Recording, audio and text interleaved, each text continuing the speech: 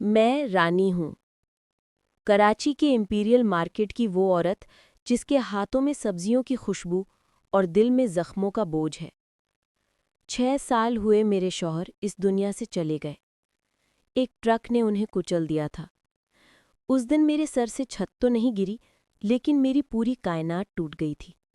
شوہر کے مرنے کے بعد میں نے رونے کی اجازت خود کو نہیں دی۔ 2 بچے تھے، میری بیٹی صبا 19 سال کی اور میرا چھوٹا علی صرف 10 سال کا۔ مجھے گھر بھی سنبھالنا تھا، بچوں کا مستقبل بھی۔ تب میں نے فیصلہ کیا کہ جو ہو جائے پر میں ان کے لیے کھڑی رہوں گی۔ اسی دن سے میں نے امپیریل مارکیٹ میں اپنا چھوٹا سے ٹھیلا لگا لیا۔ پہلے ہاتھ کانپتے تھے، سبزی تولتے وقت آنکھوں میں آنسو آ جاتے تھے، لیکن پھر بچوں کی مسکراہٹ نے مجھے مضبوط بنا دیا۔ وقت گزرتا گیا، ہمارا چھوٹا سا گھر، یہ ٹھیلا اور یہ بھاگتی دوڑتی مارکیٹ سب ہماری زندگی کا حصہ بن گئے۔ ہم غریب تھے، لیکن خوش تھے، کیونکہ ہمارے گھر میں محبت تھی، محنت تھی، دعا تھی۔ صبا کالج جاتی تھی، علی اسکول۔ میں ٹھیلے پر بیٹھتی تھی اور کبھی کبھی کالج سے آنے کے بعد صبا میرے پاس بیٹھ جاتی تھی، سبزی لگاتی، گاہکوں سے ہنسی مذاق کرتی اور کہتی، اماں ایک دن میں افسر بنوں گی تاکہ کوئی غریب عورت اپنی بیٹی کو یوں ٹھیلے پر نہ بٹھائے۔ میں اس کی باتیں سن کر مسکرا دیتی، اس کی آنکھوں میں خوابوں کی روشنی چمکتی تھی۔ زندگی دھیرے دھیرے خوبصورت ہو رہی تھی۔ مجھے کیا پتا تھا میری زندگی میں ایک ایسا اندھیرا داخل ہونے والا ہے جو سورج نکلنے کے بعد بھی ختم نہیں ہوگا۔ ایک ایسا اندھیرا جو انسانوں کے بھیس میں آئے ہوئے ظالموں کے قدموں سے اٹھا۔ اس اندھیرے کا نام تھا عادل خان، امپیریل مارکیٹ والوں کے لیے بدنام پولیس انسپکٹر، جو روز فری کا مال اٹھاتا، جو غریبوں کو دھمکاتا اور جس سے ہر عورت نظریں چھپا کر گزرتی تھی۔ پہل اس نے میری طرف دھیان نہیں دیا، پھر ایک دن صبا کو دیکھا۔ اس کی معصوم مسکراہٹ، اس کی بہادری، اس کا سچ بولنے کا انداز عادل کو برداشت نہ ہوا، اور وہیں سے آغاز ہوا اندھیرے کا، ظلم کا، اور ایک ایسی رات کا جس نے میری روشنی چھین لی۔ ایک رات اس کی لاش ملی، بوہری بازار کے کچرے کے ڈھیر میں، کپڑے پھٹے ہوئے، جسم پر نیل، چہرہ خون سے لت پت۔ پولیس نے کہا نامعلوم، کیس بند، مگر میں جانتی تھی وہ انسپکٹر عادل خان تھا، وہی جو روز میرا ٹھیلا لوٹتا تھا، وہی جو صبا سے بدتمیزی کرتا تھا۔ صبا نے شام کو مجھے فون کیا تھا، اماں آج انسپکٹر عادل خان نے پھر فری میں سارا دھنیا اٹھا لیا، جب منع کیا تو کہنے لگا کل آ کر پیسے دے جائے گا۔ میں نے کہا بیٹی چپ کر لینا، ہمارے بس کی بات نہیں۔ وہ ہنسی، اماں کل میں ضرور پیسے لوں گی۔ رات 12 بجے وہ گھر نہیں پہنچی۔ میں علی کو لے کر مارکیٹ گئی۔ ٹھیلا خالی پڑا تھا، سبزیاں بکھری ہوئیں، ایک بوٹ پڑا تھا صبا کا۔ پولیس والی گاڑی دور کھڑی تھی۔ میں دوڑی، چیختی رہی، کوئی نہ آیا۔ میں چیخی، چلائی، صبا کو بہت ڈھونڈا۔ پولیس کی گاڑی کھڑی تھی، میں اس کے پاس گئی۔ ان لوگوں نے مجھے کہا، آپ کی بیٹی تو کسی یار کے ساتھ بھاگ گئی ہوگی، کیا آپ کو اس کے کسی یار کا کوئی پتہ ہے؟ میں نے ہاتھ جوڑے اور کہا، میری بیٹی ایسی نہیں ہے۔ مگر وہ ہنستے ہوئے چل دیے اور کہنے لگے، بی بی وہ کسی یار کے ساتھ ہی گئی ہوگی، واپس آ جائے گی۔ تھانے گئے، پوری رات ذلیل ہوتی رہی، لیکن کسی نے میری بات نہ سنی۔ صبح 11 یا 12 بجے کسی نے بتایا کہ تمہاری بیٹی کو کسی نے زیادتی کر کے قتل کر دیا اور گٹر میں پھینک دیا۔ میری تو جیسے جان ہی نکل گئی، کچھ ہوش نہ رہا، بس آسمان کو دیکھ رہی تھی اور اللہ سے فریاد کر رہی تھی، یا اللہ میرا تیرے سوا کوئی سہارا نہیں، میرا انصاف تو ہی کر۔ آنکھوں کے آنسو سوکھ گئے ہیں، دل مر گیا ہے۔ اس رات کیا ہوا یہ مجھے کانسٹیبل نے بتایا۔ وہ ڈر رہا تھا، کہتا تھا، رانی باجی کسی سے نہ کہنا ورنہ میری نوکری چھن جائے گی۔ عادل خان اس رات 11 بجے صبا کے ٹھیلے پر آیا تھا۔ اس کے ساتھ 2 اور پولیس والے بھی تھے۔ صبا نے کہا، صاحب ہر روز فری سبزی نہیں دے سکتی، گھر کیسے چلے گا؟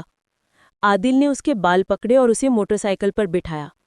چل تھانے میں بتاتا ہوں تیری اوقات۔ آرٹلری میدان تھانے کے اندر، رات کے 12 بجے۔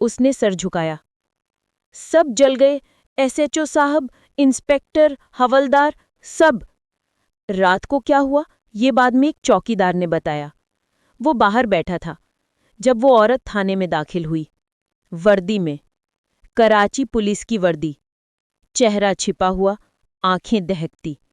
وہ سیدھا عادل خان کے کمرے میں گئی۔ عادل ہنسا۔ ارے نئی افسر، کیا بات ہے، رات کو ڈیوٹی؟ وہ خاموش رہی۔ پھر اس نے اپنا دوپٹہ ہٹایا۔ چوکیدار نے بتایا کہ عادل کا چہرہ سفید ہو گیا۔ وہ چیخا، تم مر گئی تھی؟ وہ عورت بولی، مگر تم نے مجھے نہیں چھوڑا۔ اس کی آواز کمرے سے باہر تک گونجی۔ تھانے کے سارے پولیس والے جمع ہو گئے۔ کسی نے فون نکال کر تصویر لینے کی کوشش کی، مگر کیمرہ خالی۔ کسی نے ویڈیو بنائی، مگر ریکارڈنگ میں بس اندھیرا۔ وہ عورت آگے بڑھی۔ عادل نے پستول نکالی، گولی چلائی، مگر گولی اس کے جسم سے آر پار ہو گئی۔ وہ ہنسی ایسی کہ تھانے کی دیواریں کانپ اٹھیں۔ تم سب نے مجھے مارا تھا، اب میری باری ہے۔ اچانک دروازے بند ہو گئے، کھڑکیوں سے دھواں اٹھنے لگا، تھانے کے اندر چیخیں گونجنے لگیں۔ عادل چیخ رہا تھا، نہیں، مجھے چھوڑ دے، میں نے بس، مگر اس کی آواز دھوئیں میں گم ہو گئی۔ چوکیدار بھاگ گیا۔ صبح جب فائر بریگیڈ نے دروازہ توڑا تو اندر لاشیں تھیں۔ عادل کی لاش سب سے الگ تھی۔ اس کا منہ کھلا ہوا، آنکھیں باہر نکلی ہوئیں۔ اس کے گلے میں ایک لاکٹ پڑا تھا، صبا کا لاکٹ۔ میں ٹھیلے پر واپس آئی، میرے ہاتھ کانپ رہے تھے۔ اچانک میری نظر ٹھیلے کے نیچے پڑی۔ وہاں ایک سفید دوپٹہ تھا، اس پر خون کا ہلکا سا دھبا۔ میں نے اٹھایا، دوپٹہ کھلا تو اندر صبا کا لاکٹ تھا۔ میں رو پڑی۔ دور مارکیٹ کے کونے میں وہ عورت کھڑی تھی، اب وردی میں، چہرہ وہی مگر آنکھوں میں آگ۔ وہ مجھے دیکھ کر مسکرائی، مسکراہٹ میں صبا تھی۔ وہ پیچھے ہٹی، ہجوم میں گم ہو گئی۔ میں دوڑی، مگر وہ غائب۔